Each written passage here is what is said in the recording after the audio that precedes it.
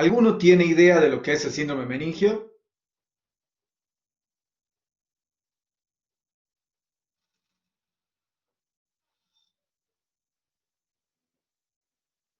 Es la, sería la inflamación de meninges. No específicamente.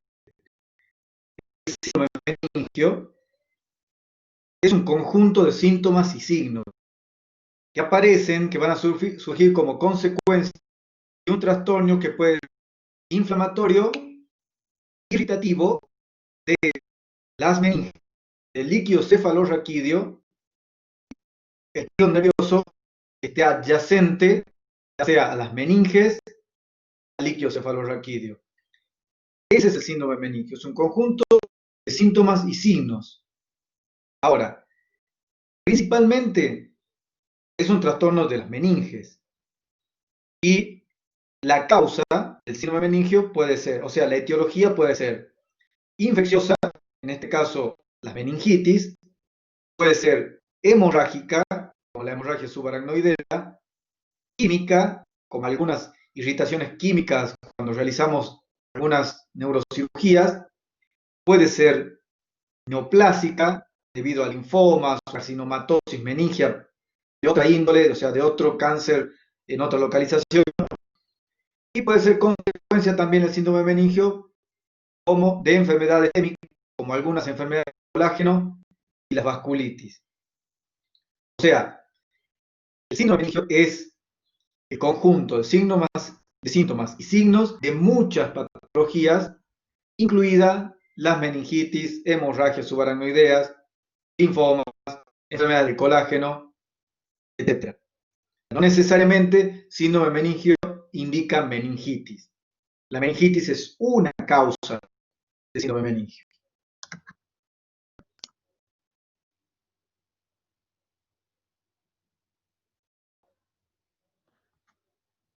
¿Cuál es la patología clásica del síndrome meningio?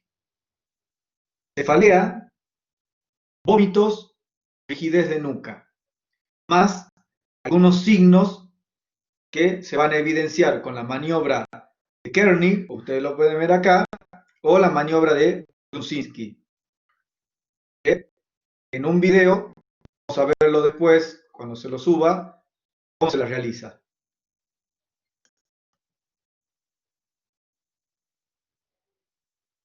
Esos son los síntomas clásicos. Ahora, ¿pueden haber otros síntomas? Sí. Fiebre, alteraciones de la conciencia, ya sea excitación, o sea, significa alteración de la conciencia en más, o en menos. Como en este caso, el deterioro de conciencia, deterioro neurológico. También pueden estar presentes convulsiones y al diagnóstico del síndrome meningio vamos a llegar principalmente a través de el examen físico, la amnesia, el examen físico en primer lugar, diagnósticos por imágenes como por ejemplo tomografía cerebral y resonancia magnética, y en tercer lugar, el pilar número 3 es el estudio del líquido cefalorraquídeo a través de una punción lumbar. Acá dice Gold estándar, es el estándar de oro para diagnosticar la etiología del síndrome meningio.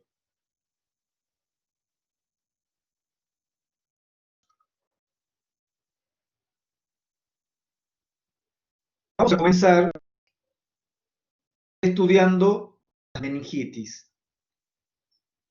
Ahora sí, meningitis es la inflamación de las meninges y líquidos cefalorraquídeos que rodean al encéfalo y la médula espinal de etiología infecciosa. Es una infección y, como toda infección, puede ser bacteriana, puede ser viral, puede ser fúngica, micótica, también llamada, o parasitaria. Pero la meningitis es de etiología infecciosa.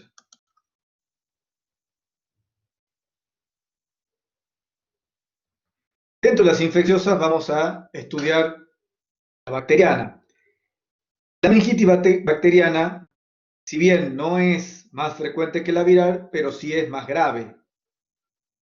Los agentes implicados, las bacterias implicadas en esta patología, incluye al Haemophilus influenza, que es más frecuente en los niños, que van comprendidos en una edad entre los 3 meses y los 6 años, el Streptococcus pneumoniae, que también se llama neumococo, que es más frecuente en los adultos, la Neisseria meningitidis, también llamada meningococo, y el Staphylococcus aureus, que es más frecuente en traumatismos encefalocraneanos penetrantes y neurocirugías. También, como gérmenes que son más frecuentes intrahospitalarios, son los bacilos gram Escherichia coli, la Cinetobacter baumannii y la Pseudomonas aeruginosa. Y como último ítem, encontramos el Bacterium tuberculosis, bacilo de Koch, como responsable también de algunas meningitis. Las vamos a incluir acá en bacteriana, pero realmente se la describe por separado, porque la meningitis puede ser bacteriana, puede ser viral o por tuberculosis.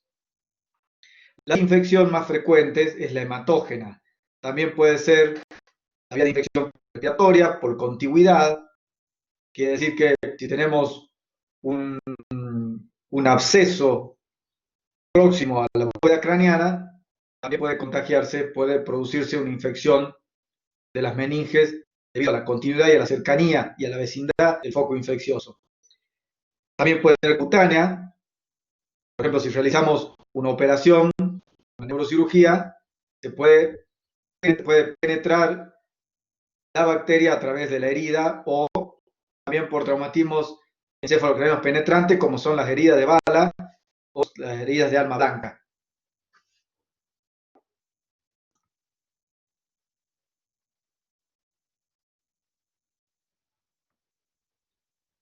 Acá sí vamos a distinguir una tríada clásica, con una leve diferencia con respecto al síndrome meningio en general, es cefalea, vómitos y rigidez de nuca.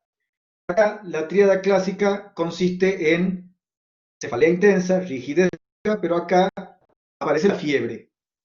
También pueden haber vómitos, que son síntomas comunes al síndrome meningio.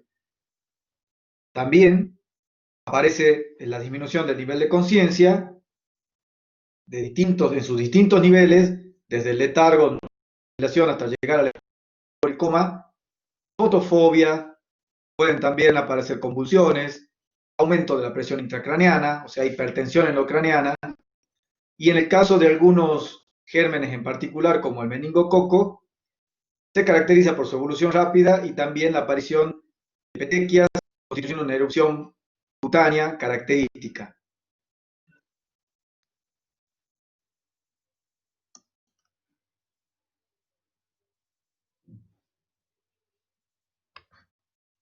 ¿Cuáles son las complicaciones que pueden tener de una meningitis bacteriana? Son principalmente dos. Si el paciente sobrevive, por supuesto, el paciente puede presentar una dilatación del sistema ventricular constituyendo una hidrocefalia o presentar graves secuelas neurológicas, como por ejemplo la postración, los déficits en el estado cognitivo, signos de foco neurológico. Al signo de foco neurológico se le dice a la persistencia del síndrome piramidal o extrapiramidal. Quiere decir que puede quedar con una paresia secuelar. El pronóstico de esta infección es variable.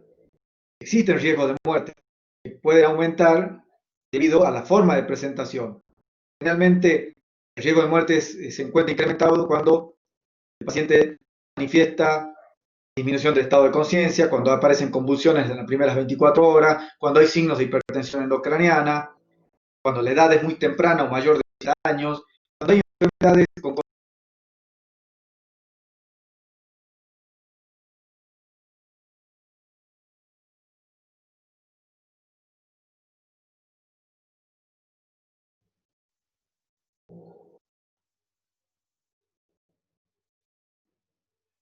¿Están ahí? Se cortó la señal transitoriamente. ¿Se escucha? ¿Qué fue lo último que escucharon? El pronóstico, profe. Bien. El pronóstico es variable. El riesgo de muerte aumenta, o de complicación y muerte, cuando existe deterioro de la conciencia en forma inicial, cuando hay convulsiones en forma inicial, cuando hay signos de hipertensión endocraniana, cuando la edad es muy temprana o mayor de 50, cuando existen factores de riesgo o enfermedades de base muy importantes, cuando se retrasa en el tratamiento, todo eso aumenta el riesgo de complicación y lógicamente de muerte. Y la aparición de secuelas están presentes en hasta en un 25%, y puede ser una disminución en la capacidad intelectual, alteración de la memoria, que persista con convulsiones secundarias, trastornos en la marcha, en fin, numerosos signos secuelares. El tratamiento consiste fundamentalmente en la internación. Es una emergencia la meningitis bacteriana. Por lo tanto, la primera conducta, internar al paciente, hacer el diagnóstico, y los pilares fundamentales en su tratamiento van a incluir los antibióticos para germen, ya sea en general, un tratamiento antibiótico empírico, antes de conocerse el cultivo, y luego con el cultivo el tratamiento antibiótico específico. Analgésicos, porque es una entidad que produce cefalea intensa. También los corticoides y los antitérmicos o los antifebriles.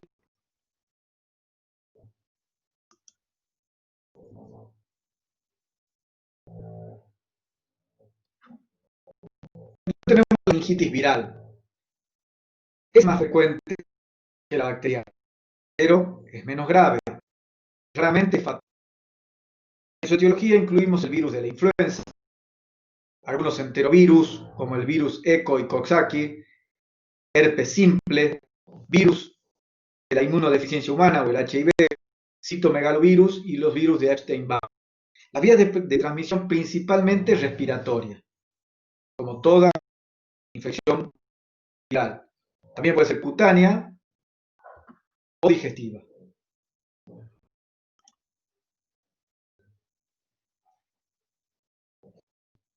Existen algunas diferencias en cuanto a la forma de presentación. Comparte los mismos síntomas: fiebre, cefalea, rigidez de vómitos, pero en el caso de las virales, en general existen síntomas gripales previos o pródromos, y en forma asociada a un cuadro de gastroenteritis con algunas diarreas que habitualmente son autolimitadas. El tratamiento, a diferencia del otro, es sintomático. No necesariamente se lo interna al paciente. Se puede llegar al diagnóstico y el paciente puede continuar su tratamiento en su casa. Existen medidas generales como la hidratación, los antitérmicos, los analgésicos. El cuadro generalmente sin secuela remite en un periodo de 7 a 10 días. Hay que tener un adecuado control de la higiene, con el lavado frecuente y cuidadoso de las manos, sobre todo después de ir al baño, antes de comer, no compartir los cubiertos con otros utensilios personales, y tener una alerta epidemiológica en cuanto a las guarderías, internados, hospitales, condición que favorezca la asignación. En general el pronóstico es bueno, porque los porcentajes de complicación y muerte son bajos en la meningitis viral.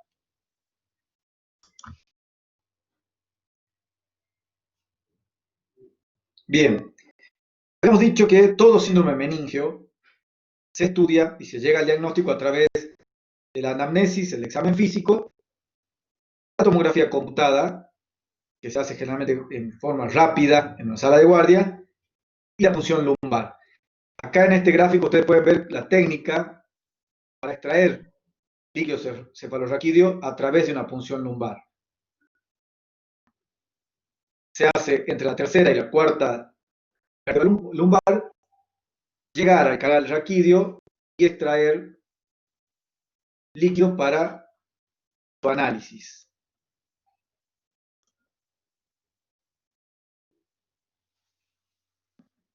Este cuadro es muy importante.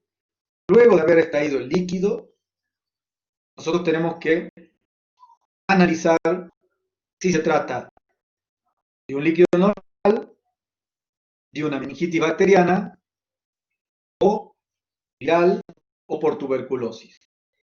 Un líquido normal se analiza en base a 4 aspectos: al aspecto físico, a la celularidad, al contenido de proteínas y a la glucosa. Un líquido normal es transparente, se le dice cristal de roca porque tiene esa semejanza al líquido, es cristalino.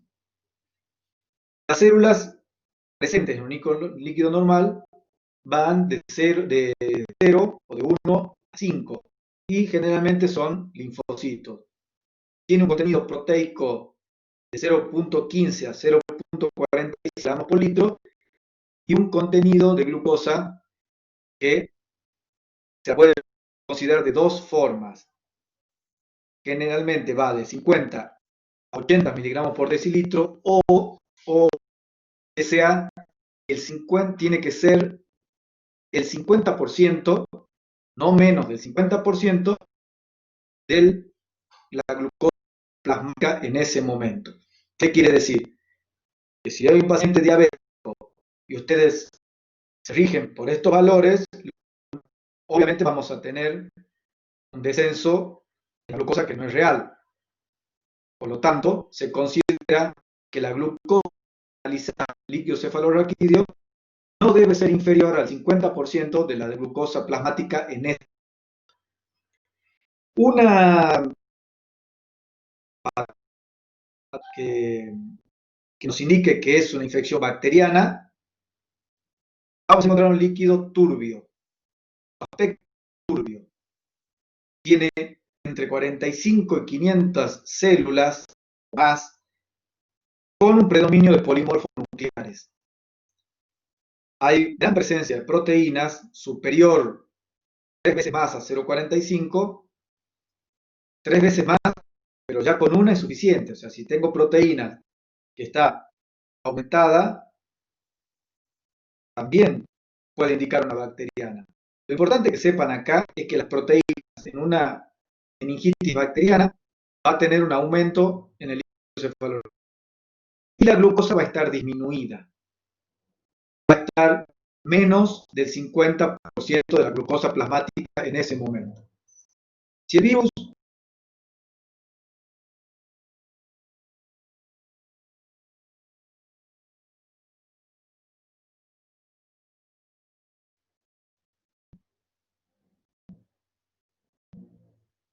¿me escuchan, chicos? Sí, pero Ahora sí. ¿Qué fue lo último que escucharon?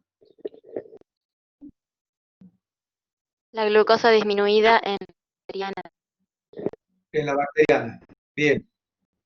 Eso es importante. Tienen que saber que la glucosa se encuentra disminuida por debajo del 50% de la glucosa plasmática que el paciente tenga en ese momento.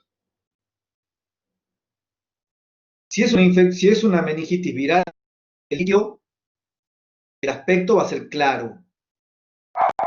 Vamos a tener aumento en las células que pueden estar comprendidas entre 10 y 1200 células con un predominio de linfocitos. Acá es diferente a la bacteriana. Vamos a tener un aumento de proteínas no tan intenso como en la infección bacteriana y la glucosa va a ser normal. Y en la meningitis tuberculosa ya el aspecto puede variar. Puede ser turbio, puede ser claro, puede ser semiclaro, tiene el aspecto de velo de novio, así se dice, y vamos a tener, sí, un aumento en las células, también a predominio de linfocitos. También vamos a tener un aumento en las proteínas, puede ser leve, moderado o intenso. Vamos a tener una disminución de la glucosa. Este cual es muy importante. De esa manera, hacemos el diagnóstico etiológico de la meningitis en general.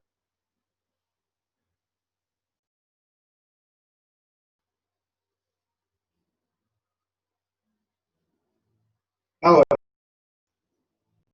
otra causa frecuente de síndrome meningio es la hemorragia subaracnoidea. ¿Qué es la hemorragia subaracnoidea? Es la presencia de sangre en el espacio subaracnoideo. Generalmente no debe haber sangre en este espacio, por lo tanto, es patológica. Se clasifica en dos grandes grupos: traumática, que es la más frecuente, o espontánea. La traumática es más frecuente por la gran prevalencia de traumatismos encefalocraneanos. Y la espontánea puede deberse a la ruptura de un aneurisma cerebral, que se denomina aneurisma cerebral accidentado. Este accidente es el responsable del 70 y 80% de las hemorragias subaracnoideas espontáneas. También puede ser por una ruptura de una malformación arteriovenosa, en un 5%, y otras causas desde vasculitis, disecciones arteriales, alteraciones en la coagulación, la drogadicción, principalmente con la cocaína, o que habiendo hecho todos los estudios no lleguemos a la causa, por lo tanto nos encontramos ante una hemorragia subaracnoidea idiopática que va de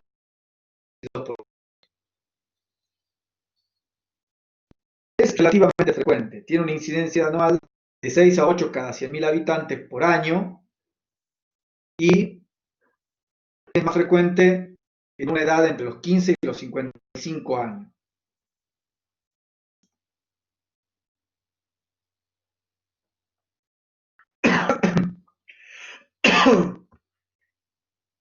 Existen algunas diferencias con respecto a las cefaleas producidas por meningitis, pero comparten generalmente los mismos síntomas, o sea, el síndrome meningio. Cefalea, vómitos, rigidez de nuca y distintos grados de deterioro de la conciencia. Lo más importante es la cefalea, porque el paciente en esta entidad refiere una cefalea intensa con una intensidad de 10 en 10 y lo refiere como el peor dolor de su vida. Tiene una aparición súbita en segundos, se denomina esta aparición en estallido, y generalmente es un dolor que abarca toda la cabeza. Esto es lo más característico, está presente en arriba del 80% de las presentaciones clínicas. El diagnóstico, por lo tanto, es clínico, con tomografía cerebral, punción lumbar. Se pueden realizar estudios ya para detectar el lugar donde se ha roto el aneurisma con angiotomografía, arteriografía cerebral y angioresonancia. Esos son los métodos de diagnóstico que se deben realizar.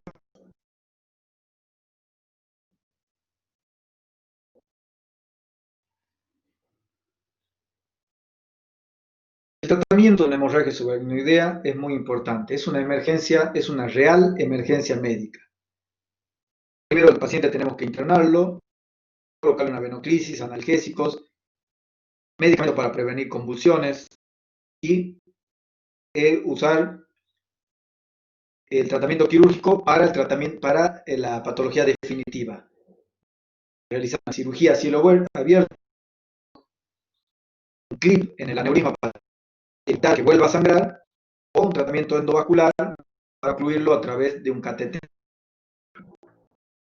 Pero es una patología que es grave, potencialmente fatal.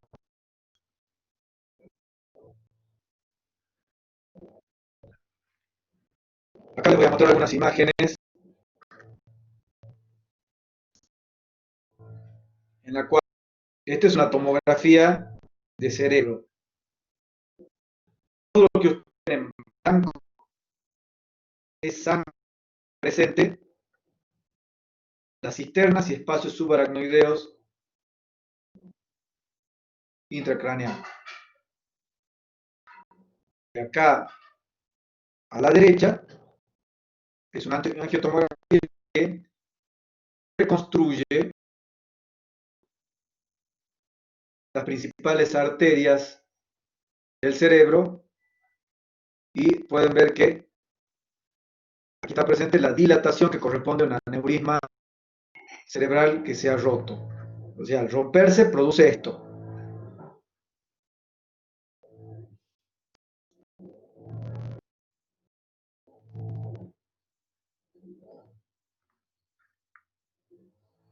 Y este es el estudio principal. Es el estándar de oro para diagnosticar hemorragia, para diagnosticar la... Así como la punción lumbar era el estándar de oro para diagnosticar la etiología de la meningitis, esta es la etiología de la hemorragia. Acá puedo arteriografía, ustedes pueden ver la cara, cómo se bifurca, y esta dilatación que corre a una neuronal cerebral. Acá está diagnosticado y acá ya no lo ven porque ya se le hizo el tratamiento endovascular.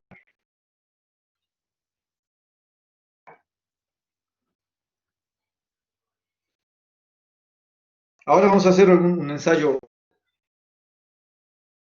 Todo paciente que ingresa con síndrome meningio a una sala de guardia,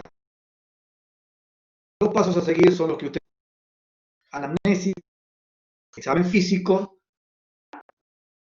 Con eso de ahí llegamos al diagnóstico, a agrupar los signos y los síntomas. Pero todavía no sabemos cuál puede ser la etiología. No sabemos si es infecciosa, no sabemos si es hemorrágica. Puede el paciente no tener fiebre como característica de una hemorragia, de una meningitis bacteriana. Puede que en ese momento no detecten la fiebre.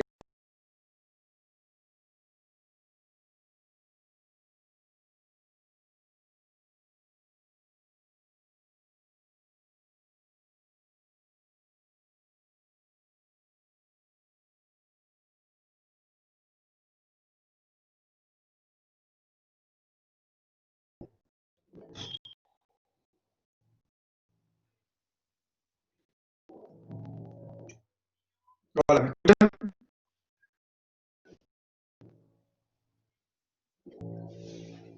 Sí, profe.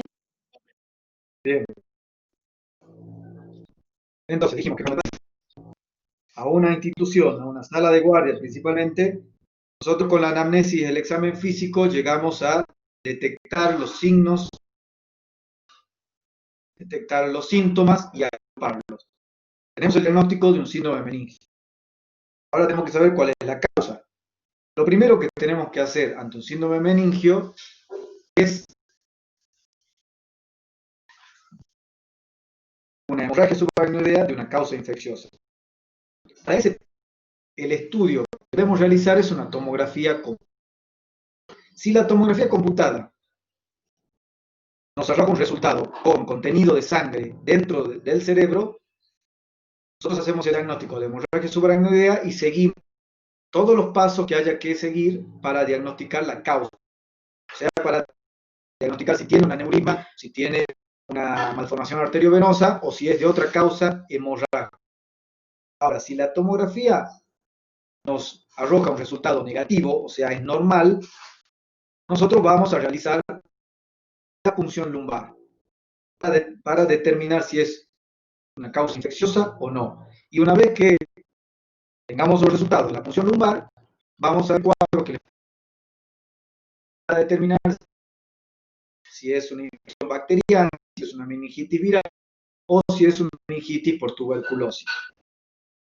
Realizar o conocer en líneas generales las pautas de tratamiento. ante todo síndrome meningial, primero, anamnesis, examen físico, tomografía computada, función normal, en el caso de que la tomografía sea normal. ¿Se ubica? Profe, Bueno, pregunta. Mientras cargo la otra clase de infección del sistema nervioso central.